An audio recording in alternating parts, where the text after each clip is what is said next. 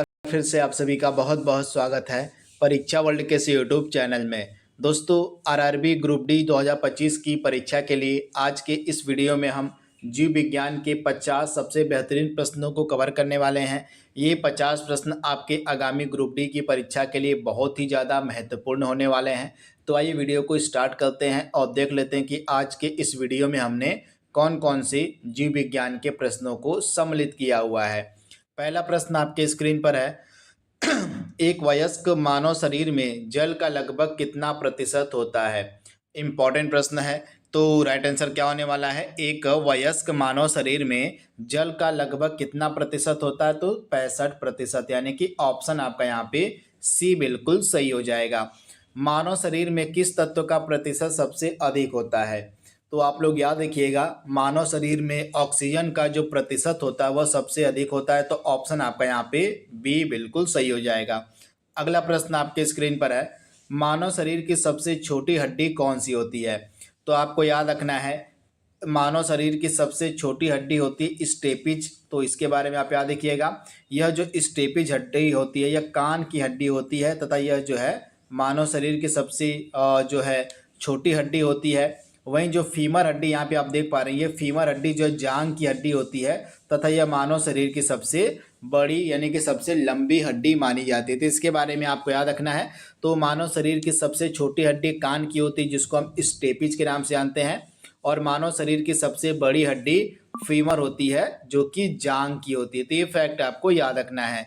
Vitamin C का सबसे बढ़िया स्रोत इसमें से कौन सा है? तो सबसे बढ़िया स्रोत इसमें से विटामिन सी का हो जाएगा आंवला, यानी कि ऑप्शन ए आपका बिल्कुल सही हो जाएगा। ये चीज़ आपको याद रखनी है। विटामिन सी को हम बोलते हैं एस्कॉर्बिक एसिड, इसका रासायनिक नाम आप याद कर लीजिए। विटामिन सी को एस्कॉर्बिक एसिड कहा जाता है। और विटामिन सी की कमी से कौन सा रोग होता है? स्कर्वी नामक जो बीमारी होती है यह विटामिन सी की कमी से होती है। अगला प्रश्न आपके स्क्रीन पर है। निम्नलिखित में से किसे जो है आत्महत्या की थैली कहा जाता है? इसमें से किसको जो है आत्महत्या की थैली हम कहते हैं? तो आप लोग याद रखिएगा, राइट आंसर क्या हो जाएगा? लाइसोसोम। लाइसोसोम को जो है आत्महत्या की थैली कहा जाता है। तो ऑप्शन आपका जो डी है बिल्कुल सही हो जाएगा। इसके बारे में आपको याद रखना है। ऐसा क्यों होता है? तो कभी कभी ऐसा देखा गया है कि जो लाइसोसोम होता है अपनी ही कोशिका का पाचन कर कोशिका को नष्ट कर देता है। इसी कारण से जो लाइसोसोम होता है इसको हम आत्महत्या की थैली या इसको इंग्लिश में हम सुसाइडल बैग के नाम से भी जानते हैं। तो ये फैक्ट आपको याद रखना है। तो आत्महत्या की थैली हम किसको बोलते हैं? आत्महत्या की थैली कहा जाता है लाइसोसोम को। ये चीज़ आपको याद रखनी है। मानव शरीर में पसलियों के कितने जोड़े होते हैं? तो 12 जोड़ी पसलियां होती है मानव शरीर में, यानी कि टोटल कितनी हो जाएंगी आपकी? टोटल अगर पूछे 24 पसलियां हो जाएंगी। अगर जोड़ा पूछे तो राइट आंसर क्या हो जाएगा? जोड़ा हो जाएगा आपका 12 जोड़ा, और टोटल हो जाएगा 24 पसलियां आपके शरीर में होती हैं। तो ये फैक्ट आपको याद रखना है। अगला प्रश्न है। हीमोफीलिया रोग से ग्रस्त व्यक्ति में निम्न में से क्या देखने को मिलता है? तो आप लोग याद रखिएगा, हीमोफीलिया जिस व्यक्ति को होता है उसके शरीर में जो रक्त का थक्का होता है वह जम नहीं पाता, यानी कि ब्लड की क्लॉटिंग नहीं हो पाती है, रक्त का थक्का नहीं जम पाता है, जिस कारण से उसका जो खून होता है वह बहना बंद नहीं होता है चोट लगने पर। तो ये फैक्ट आप याद रखिएगा। तथा यह जो हीमोफीलिया नामक बीमारी है यह एक वंशानुगत बीमारी होती है। तो ये चीज़ आप याद रखिएगा, जो हीमोफीलिया नामक बीमारी है यह एक वंशानुगत बीमारी के अंतर्गत इसको रखा गया है। तथा वर्ल्ड हीमोफीलिया डे जो है प्रतिवर्ष 17 अप्रैल को मनाया जाता है। शल्य क्रिया में आर्थोप्लास्टी का मतलब क्या होता है? शल्य क्रिया में आर्थोप्लास्टी का मतलब क्या होता है? तो आप लोग याद रखिएगा, शल्य क्रिया में आर्थोप्लास्टी का मतलब होता है कुल्हे के जोड़ का प्रतिस्थापन, यानी कि ऑप्शन आपका सी यहाँ पे सही हो जाएगा। अगला प्रश्न आपके स्क्रीन पर है। पृथ्वी पर सबसे पुराना जीव कौन सा है? तो पृथ्वी पर सबसे पुराना जीव हो जाएगा नील हरित शैवाल। ऑप्शन ए आपका सही हो जाएगा। विटीकल्चर के द्वारा निम्नलिखित में से कौन सा एक उत्पादित किया जाता है? तो आप लोग याद रखिएगा, विटीकल्चर के अंतर्गत जो है अंगूर की खेती की जाती है। किसकी? तो ग्रेप्स, यानी कि अंगूर की जो खेती होती है यह विटीकल्चर के अंतर्गत की जाती है। 11वां प्रश्न आपके स्क्रीन पर है। मानव शरीर में पाचन का जो अधिकांश भाग होता है किस अंग में संपन्न होता है। इम्पॉर्टेंट प्रश्न है, एग्जाम ओरिएंटेड प्रश्न है। मानव शरीर में पाचन का जो अधिकांश भाग होता है यह जो है किस अंग में संपन्न होता है। तो आप लोग याद रखिएगा, मानव शरीर में पाचन का जो अधिकांश भाग होता है यह छोटी आंत में संपन्न होता है। तो ये चीज आपको याद रखना है। तो राइट आंसर क्या हो जाएगा, छोटी आंत, यानी कि ऑप्शन आपका सी यहाँ पे सही हो जाएगा। ऊंट का जो यह कुबड़ होता है यह किसका बना होता है। तो आपको याद रखना है, ऊंट का जो कुबड़ होता है यह वसी होता है, यानी कि वसा का बना होता है। तो ऑप्शन ए आपका यहाँ पे सही हो जाएगा। 13वां प्रश्न आपके स्क्रीन पर है, मनुष्य के जीवन काल में कितने दांत दूसरी बार विकसित होते हैं। मनुष्य के जीवन काल में कितने दांत जो है दूसरी बार विकसित होते हैं। तो 20 दांत आपको याद रखना है, 20 दांत जो है दूसरी बार विकसित होते हैं। तो इनके बारे में आप याद रखिएगा। राइट आंसर क्या हो जाएगा, ऑप्शन सी। निम्नलिखित में से किसे कोशिका का यातायात प्रबंधक कहा जाता है।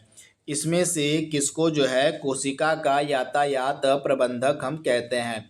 तो राइट आंसर क्या हो जाएगा, गोल्जी काय को। ऑप्शन आपका बी यहाँ पे सही हो जाएगा। गोल्जी काय को जो है यातायात प्रबंधक कहा जाता है सेल्स का, यानी कि कोशिका का। तो ऑप्शन आपका बी यहाँ पे दिए गए प्रश्न का सही जवाब हो जाएगा, गोल्जी काय।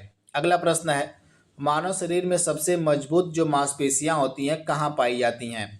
तो आप याद रखिएगा, मानव शरीर की जो सबसे मजबूत मांसपेशियां होती हैं वह किसकी होती हैं। तो जबड़े की होती हैं। ऑप्शन डी आपका यहाँ पे सही हो जाएगा, जबड़ा। जीव विज्ञान शब्द का प्रयोग किसने किया था। तो आप लोग याद रखिएगा, जीव विज्ञान शब्द का जो प्रयोग है यह लाइमार्क और ट्रेवी रेनस के द्वारा पहली बार किया गया था। तो राइट आंसर क्या हो जाएगा, ऑप्शन बी, लाइमार्क और ट्रेवी रेनस ने पहली बार जीव विज्ञान शब्द का प्रयोग किया था। दोस्तों, साइंस की एक और क्लास हम ग्रुप डी की परीक्षा के लिए चला रहे हैं और उस क्लास में हम 25 जो है सामान्य विज्ञान के प्रश्नों को कवर कराते हैं। अभी तक उसके जो है 3 वीडियो अपलोड किए जा चुके हैं। ये जो 25 प्रश्नों की क्लास है सामान्य विज्ञान की, आपके ग्रुप डी की परीक्षा के लिए बहुत ही ज़्यादा महत्वपूर्ण है। तो इसकी प्लेलिस्ट आपको हमारे चैनल पर मिल जाएगी। उस प्लेलिस्ट में जाकर आप पिछले तीनों वीडियो को देख सकते हैं जो सामान्य विज्ञान के हमने बनाए हुए हैं आपके ग्रुप डी की परीक्षा के लिए। अगला प्रश्न आपके स्क्रीन पर है, पेसमेकर का क्या कार्य होता है। तो जो पेसमेकर होता है इसका कार्य क्या होता है, दिल की धड़कन को नियंत्रित करना। ऑप्शन आपका डी यहाँ पे बिल्कुल सही हो जाएगा। अगला प्रश्न है, पाचन क्रिया में प्रोटीन जो है निम्नलिखित में से किस पदार्थ में बदल जाता है। प्रोटीन जो है निम्नलिखित में से किस पदार्थ में बदल जाता है। तो एमिनो एसिड में। ऑप्शन बी आपका बिल्कुल सही हो जाएगा। पाचन क्रिया में जो प्रोटीन होता है यह एमिनो एसिड में परिवर्तित हो जाता है। 19वां प्रश्न आपके स्क्रीन पर है, लार जो है निम्न में से किसके पाचन में सहयोग करता है। तो लार जो है स्टार्च के पाचन में सहयोग करता है। तो ऑप्शन ए आपका बिल्कुल सही हो जाएगा, स्टार्च के। एंजाइम मूलतः क्या होते हैं।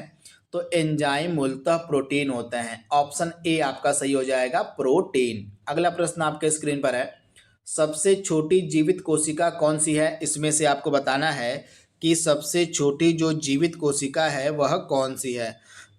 तो राइट आंसर आपका क्या हो जाएगा, सबसे छोटी जो जीवित कोशिका है यह हो जाएगी माइकोप्लाज्मा की। तो ये चीज़ आपको याद रखना है, माइकोप्लाज्मा की जो है सबसे छोटी जीवित कोशिका होती है।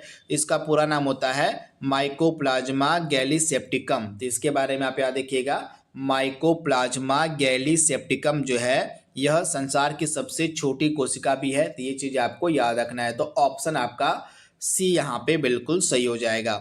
वहीं अगला प्रश्न आपके स्क्रीन पर है, मानव शरीर की कोशिकाओं में पाए जाने वाले गुणसूत्र जोड़ों की संख्या कितनी होती है।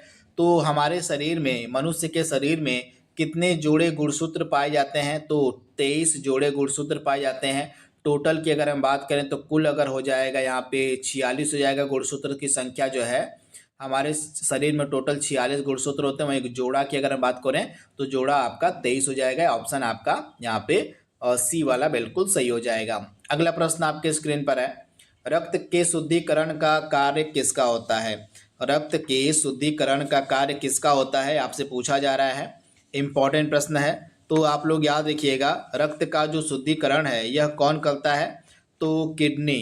किडनी यानी कि गुर्दा का जो कार्य होता है यह होता है रक्त का शुद्धिकरण करना। तो इसके बारे में आप याद रखिएगा। राइट आंसर क्या हो जाएगा? किडनी, यानी कि ऑप्शन ए आपका सही हो जाएगा। मानव शरीर में पित्त रस का जो उत्पादन है कौन सा अंग करता है? तो पित्त का जो उत्पादन है यह लीवर के द्वारा किया जाता है। तो राइट आंसर क्या हो जाएगा? लीवर, यानी कि यकृत का कार्य होता है पित्त का उत्पादन करना। तो ये चीज आपको याद रखना है। जो यकृत होता है, हमारा जो लीवर होता है, यह पित्त का जो है लगातार श्रवण करता रहता है। तो यकृत का प्रमुख कार्य होता है पित्त का लगातार श्रवण करना। तो ये चीज आपको याद रखना है। तथा जो यकृत है, जो लीवर होता है, यह मनुष्य के शरीर की सबसे बड़ी ग्रंथि होती है। तो ये चीज भी आप याद रखिएगा। मनुष्य के शरीर की जो सबसे बड़ी ग्रंथि होती है वह लीवर यानी कि यकृत ही होती है। अगला प्रश्न आपके स्क्रीन पर है रेशम उद्योग को हम क्या कहते हैं? तो रेशम उद्योग के अंतर्गत जो है रेशम कीटों का पालन किया जाता है। तो इसको हम बोलते हैं सेरीकल्चर, यानी कि ऑप्शन ए आपका बिल्कुल सही हो जाएगा। निम्नलिखित जंतुओं में से किसमें जो है 3 प्रकोष्ठ वाला हृदय पाया जाता है? तो आप लोग याद रखिएगा। जो उभयचर जंतु होते हैं, उभयचर जंतुओं में जो है 3 प्रकोष्ठ वाला हृदय पाया जाता है। तो राइट आंसर क्या हो जाएगा? इसमें से मेढक। मेढक में जो है 3 प्रकोष्ठ वाला हृदय देखने को मिल जाएगा। तो ऑप्शन आपका यहाँ पे डी बिल्कुल सही हो जाएगा। इसके बारे में आपको याद रखना है। मेढक में जो है 3 प्रकोष्ठ वाला हृदय पाया जाता है। तो ऑप्शन आपका यहाँ पे डी बिल्कुल सही हो जाएगा। अगला प्रश्न आपके स्क्रीन पर है, कत्था किससे प्राप्त किया जाता है? जो कत्था होता है और यह जो है किससे प्राप्त होता है? तो आप लोग याद रखिएगा। राइट आंसर इस प्रश्न का क्या होने वाला है? कत्था जो है एकेसिया पौधे की लकड़ी से प्राप्त किया जाता है। ऑप्शन आपका बी यहाँ पे 100% सही हो जाएगा। एकेसिया पौधे की लकड़ी से जो है कत्था प्राप्त किया जाता है। वहीं जो अफीम होता है यह पोस्ता के कच्चे फल से मिलता है। यहाँ पे जो पोस्ता का कच्चा फल होता है इससे जो है अफीम बनता है। तो इसे भी आप याद रखिएगा। ये चीज़ यहाँ से आपके एग्जाम में पूछी जा सकती है। तो ये चीज़ आपको याद रखनी है। अगला प्रश्न आपके स्क्रीन पर है। एक चीज़ और आप याद कर लीजिएगा। जो फेरूला पौधे की जड़ें होती हैं, फेरूला पौधे की जड़ों से जो है हींग प्राप्त किया जाता है। जो हींग होता है यह फेरूला, ऑप्शन सी आप देख पा रहे हैं, फेरूला पौधों की जो जड़ें होती हैं उनसे प्राप्त जो रेजिन होता है, रेजिन उसी से जो है हींग प्राप्त की जाती है। तो इसे भी आप याद रखिएगा। मानव शरीर की मास्टर ग्रंथि हम किसे कहते हैं? तो मानव शरीर की जो मास्टर ग्रंथि होती है उसको हम पिट्यूटरी ग्रंथि के नाम से जानते हैं। तो ऑप्शन आपका डी यहाँ पे सही हो जाएगा। 29वां प्रश्न आपके स्क्रीन पर है निम्नलिखित में से कौन सा स्त्रीलिंग हार्मोन है? यहाँ पे स्त्रीलिंग हार्मोन कौन सा है? तो एस्ट्रोजन जो है स्त्रीलिंग हार्मोन है। वहीं टेस्टोस्टेरोन जो है पुरुष हार्मोन है। तो इसे भी आप याद रखिएगा। टेस्टोस हार्मोन हो जाएगा और जो स्त्रीलिंग हार्मोन है वह हो जाएगा एस्ट्रोजन। किस पोषक तत्व से हमें ऊर्जा प्राप्त नहीं होती है? इसमें से किससे हमको ऊर्जा प्राप्त नहीं होगी? तो विटामिन से जो है ऊर्जा प्राप्त नहीं होती है। ऑप्शन आपका सी यहाँ पे सही हो जाएगा, विटामिन से। अगला प्रश्न है, प्रातःकालीन धूप से कौन सा विटामिन प्राप्त होता है? प्रातःकालीन धूप से कौन सा विटामिन प्राप्त होता है? तो राइट आंसर आपका क्या हो जाएगा? प्रातःकालीन धूप से जो है इसमें से राइट आंसर आपका होने वाला है विटामिन डी, यानी कि ऑप्शन ए आपको याद रखना है। जो विटामिन डी होता है यह प्रातःकालीन धूप से प्राप्त होता है, यानी कि जो प्रातःकालीन धूप होती है यह विटामिन डी का सबसे बढ़िया स्रोत माना जाता है। तो ऑप्शन ए आपका बिल्कुल सही हो जाएगा। तथा विटामिन डी का जो रासायनिक नाम है यह कैल्सीफेरोल है। इसका रासायनिक नाम आप याद कर लीजिएगा, कैल्सीफेरोल जो होता है यह रासायनिक नाम होता है विटामिन डी का। वहीं विटामिन डी की कमी से बच्चों में जो है रिकेट्स नामक बीमारी होती है और वयस्कों में जो है ऑस्टियोमैलेशिया नामक बीमारी होती है। मानव शरीर की सबसे बड़ी ग्रंथि कौन सी है? तो राइट आंसर क्या हो जाएगा? मानव शरीर की जो सबसे बड़ी ग्रंथि है वो हो जाएगी यकृत, यानी कि लीवर, यानी कि ऑप्शन आपका सी यहाँ पे बिल्कुल सही हो जाएगा। अगला प्रश्न आपके स्क्रीन पर है, मछली के यकृत के तेल में किसकी प्रचुरता होती है? तो मछली का जो यकृत का तेल होता है उसमें जो है विटामिन ए और विटामिन डी दोनों की प्रचुरता होती है। तो राइट आंसर क्या हो जाएगा? उपर्युक्त दोनों, यानी कि विटामिन ए और विटामिन डी। इसके बारे में आप याद रखिएगा। विटामिन ए का जो रासायनिक नाम होता है वो रेटिनॉल होता है, इसको हम रेटिनॉल के नाम से भी जानते हैं। विटामिन ए को जो है रेटिनॉल कहा जाता है। और विटामिन ए की कमी से जो है कौन सा रोग होता है? तो रतौंधी रोग जो होता है यह विटामिन ए की कमी से होता है। भोजन का ऊर्जा में परिवर्तन कोशिका के किस भाग में होता है? तो आप लोग याद रखिएगा, भोजन का ऊर्जा में परिवर्तन कोशिका के किस भाग में होता है? तो माइटोकॉन्ड्रिया में होता है। तो आप याद रखिएगा, माइटोकॉन्ड्रिया को हम कोशिका का पावर हाउस के नाम से भी जानते हैं। 35वां प्रश्न आपके स्क्रीन पर है। बच्चों में बीसीजी का टीका किस रोग के प्रतिरक्षण हेतु लगाया जाता है? तो टीबी रोग के प्रतिरक्षण के लिए जो है बच्चों में बीसीजी का टीका लगाया जाता है। तो ऑप्शन डी आपका सही हो जाएगा। इसके बारे में आपको याद रखना है। निम्न में से किसमें अधिकतम कैलोरी होती है? तो वसा में। ऑप्शन आपका बी यहाँ पे बिल्कुल सही हो जाएगा। वसा में जो है सबसे अधिक कैलोरी होती है। अगला प्रश्न आपके स्क्रीन पर है। तो यहाँ पे बीसीजी के टीके का फुल फॉर्म है, इसको आप याद कर लीजिएगा। यहाँ से इसका फुल फॉर्म आपके एग्जाम में देखने को मिल सकता है। अगला प्रश्न है, मानव शरीर में कितने दांत होते हैं? मनुष्य के शरीर में कितने दांत होते हैं आपसे पूछा जा रहा है। सिंपल सा प्रश्न है, एग्जाम ओरिएंटेड प्रश्न है लेकिन। तो आप लोग याद रखिएगा, मनुष्य के शरीर में जो है कितने प्रकार के दांत होते हैं? तो 4 प्रकार के दांत होते हैं। इनको आपको याद रखना है कि कितने दांत होते हैं। तो 4 प्रकार के दांत होते हैं। यहाँ से प्रश्न आपके एग्जाम में देखने को मिल सकता है। तो ऑप्शन आपका यहाँ पे जो ए है बिल्कुल सही हो जाएगा। तथा ये 4 प्रकार के दांत कौन कौन से होते हैं, इनका नाम भी आप याद कर लीजिए। यहाँ से प्रश्न आपके एग्जाम में देखने को मिल सकता है। तो पहला होता है कृंतक, यहाँ पे मैं लिख दे रहा हूँ। कृंतक जो है आपका पहला हो जाएगा, कृंतक हो जाएगा। कृंतक को हम क्या बोलते हैं? इंसीसर बोलते हैं। इसके बाद दूसरा होता है रदनक। रदनक को हम क्या बोलते हैं? तो रदनक को बोला जाता है कैनाइन। रदनक को जो है कैनाइन कहते हैं हम। इसके बाद तीसरा होता है अग्रचवर्णक। तीसरा होता है अग्रचवर्णक। अग्रचवर्णक को हम क्या कहते हैं? तो अग्रचवर्णक को हम बोलते हैं प्रीमोलर। अग्रचवर्णक को जो है प्रीमोलर के नाम से जानते हैं। और चौथा होता है चवर्णक, जिसको हम मोलर के नाम से जानते हैं। तो ये 4 प्रकार के दांत होते हैं। भोजन का पाचन कहाँ से प्रारंभ होता है? तो भोजन का पाचन जो है मुख से, यानी कि हमारे मुंह से जो है भोजन का जो पाचन होता है वो प्रारंभ होता है। तो इसके बारे में आप याद रखिएगा, यहाँ पे प्रारंभ की बात हो रही है। तो राइट आंसर क्या हो जाएगा? ऑप्शन ए से। अगला प्रश्न कौन सी है? तो पीनियल ग्रंथि। इसके बारे में आप याद रखिएगा, जो पीनियल ग्लैंड है, जो पीनियल ग्रंथि है, यह मानव शरीर की सबसे छोटी ग्रंथि होती है। तो ऑप्शन आपका बी यहाँ पे सही हो जाएगा। वही सबसे बड़ी ग्रंथि आपकी यकृत होती है। तो दोनों के बारे में आपको याद रखना है। और डेंगू बुखार जो है किसके कारण होता है? जो डेंगू बुखार होता है यह किसके कारण होता है आपसे पूछा जा रहा है। बेहतरीन प्रश्न है, एग्जाम ओरिएंटेड प्रश्न है। तो आप लोगों को याद रखना है, जो डेंगू का बुखार होता है यह जो है मादा एडिज एजिप्टी मच्छर के काटने से होता है। तो राइट आंसर क्या हो जाएगा? मादा एडिज एजिप्टी जो मच्छर होता है यह जो है वाहक होता है डेंगू के बुखार का। तो इसके बारे में आप याद रखिएगा, इंपॉर्टेंट है। तो ऑप्शन ए आपका बिल्कुल सही है। तथा जो डेंगू का बुखार है यह वायरस से होने वाली बीमारी है। अगला प्रश्न है, और राइबोसोम निम्नलिखित में से किसके लिए कार्यस्थल है? तो राइबोसोम जो है यह प्रोटीन संश्लेषण के लिए जो है कार्यस्थल होता है। तो राइट आंसर क्या हो जाएगा? प्रोटीन संश्लेषण। ऑप्शन ए आपका सही हो जाएगा। कोशिका का प्रोटीन कारखाना हम किसे कहते हैं? तो राइबोसोम को जो है कोशिका का प्रोटीन कारखाना कहा जाता है। ऑप्शन आपका बी यहाँ पे सही हो जाएगा। 43वां प्रश्न आपके स्क्रीन पर है। निम्नलिखित में से किस जलीय जंतु के गलफड़े नहीं होते हैं? इसमें से वह कौन सा जलीय जंतु है जिसके गलफड़े नहीं होते हैं? तो राइट आंसर क्या हो जाएगा? व्हेल के। ऑप्शन आपका डी यहाँ पे बिल्कुल सही हो जाएगा। व्हेल के जो है गलफड़े नहीं होते हैं। तो इसके बारे में आपको याद रखना है।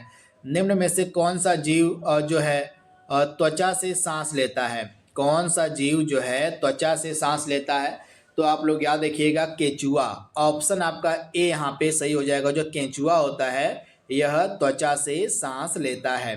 45वां प्रश्न आपके स्क्रीन पर है। एक पौधे की जो कोशिका भित्ति होती है किसकी बनी होती है? पौधे की जो कोशिका भित्ति होती है यह किसकी बनी होती है? तो आपको याद रखना है सेल्यूलोज की, यानी कि ऑप्शन ए आपका सही हो जाएगा। कोशिका जो भित्ति होती है पौधे की वह सेल्यूलोज की बनी होती है। इसमें से क्या रक्त के स्कंदन में सहायक होता है, यानी कि ब्लड की क्लॉटिंग करने में, ब्लड क्लॉटिंग में जो है कौन सहायता करता है? तो राइट आंसर क्या हो जाएगा? विटामिन के जो है रक्त का थक्का बनने में, यानी कि ब्लड क्लॉटिंग करने में, रक्त का स्कंदन करने में सहायता करने वाला विटामिन होता है। तो इसके बारे में आप याद रखिएगा, विटामिन के, यानी कि ऑप्शन डी आपका बिल्कुल सही हो जाएगा। अगला प्रश्न आपके स्क्रीन पर है पौधों में लचीलापन किस ऊतक के कारण देखने को मिलता है? तो पौधों में जो लचीलापन आप देखते हैं तो यह जो लचीलापन होता है यह कोलेन काइमा नामक ऊतक के कारण होता है। तो ऑप्शन बी आपका सही हो जाएगा, कोलेन काइमा नामक ऊतक के कारण। इन्फ्लुएंजा नामक जो रोग होता है यह किसके कारण होता है आपसे पूछा जा रहा है। इन्फ्लुएंजा नामक जो बीमारी होती है यह किससे फैलती है? तो ये जो बीमारी होती है इन्फ्लुएंजा, यह जो है वायरस से होने वाली बीमारी है। तो इसके बारे में आप याद रखिएगा, वायरस से। ऑप्शन आपका यहाँ पे जो बी है बिल्कुल सही हो जाएगा, ये चीज़ आपको याद रखनी है। इसके अलावा वायरस से और कौन कौन सी बीमारियां होती हैं? तो राइट आंसर क्या हो जाएगा? रेबीज हो गया, दाद हो गया, चेचक, ट्रेकोमा, खसरा, पोलियो हो गया, डेंगू हो गया, चिकनगुनिया हो गया, इंसेफ्लाइटिस हो गया, एड्स हो गया, हेपेटाइटिस हो गया, इबोला हो गया। ये सभी जो है विषाणु यानी कि वायरस से होने वाली बीमारियां हैं। तो इनके बारे में आपको याद रखना है। अगला प्रश्न आपके स्क्रीन पर है और जल में घुलनशील विटामिन कौन सा है? इसमें से जल में घुलनशील विटामिन कौन सा है? तो इस आपको याद रखना है कि विटामिन जो है दो प्रकार के होते हैं, एक जल में घुलनशील होते हैं और एक वसा में घुलनशील होते हैं। तो जल में घुलनशील विटामिन आपके कौन कौन से हो जाएंगे? विटामिन बी और सी, इनका नाम आपको याद रखना है। विटामिन बी और सी आपके जल में घुलनशील हो जाते हैं। वहीं वसा में घुलनशील विटामिन कौन से होते हैं? तो वसा के घुलनशील विटामिन होते हैं ए, डी, ई, के। ये चार विटामिन आपके वसा में घुलनशील होते हैं और जल में दो घुलनशील विटामिन होते हैं, विटामिन बी और विटामिन सी। तो इनके बारे में आपको याद रखना है। आज के सेशन का लास्ट प्रश्न आपके स्क्रीन पर है, कौन सी गैस फूलों का रंग उड़ा देती है? इसमें से वह कौन सी गैस है जो फूलों का रंग उड़ा देती है? तो क्लोरीन। ऑप्शन आपका यहाँ पे जो ए है बिल्कुल सही हो जाएगा। जो क्लोरीन गैस है यह फूलों का जो रंग है वह उड़ा देती है। तो इसके बारे में आपको याद रखना है। तो इस प्रकार से बायोलॉजी के 50 प्रश्नों को हमने कंप्लीट कर लिया है आपके ग्रुप डी की परीक्षा के लिए। इसी तरह के प्रश्न आपको आगे मिलते रहेंगे, तो हमारे इस चैनल को आप ज़रूर फॉलो कर लीजिएगा। तो आज के लिए बस इतना ही। Thank you, thanks for watching, thank you.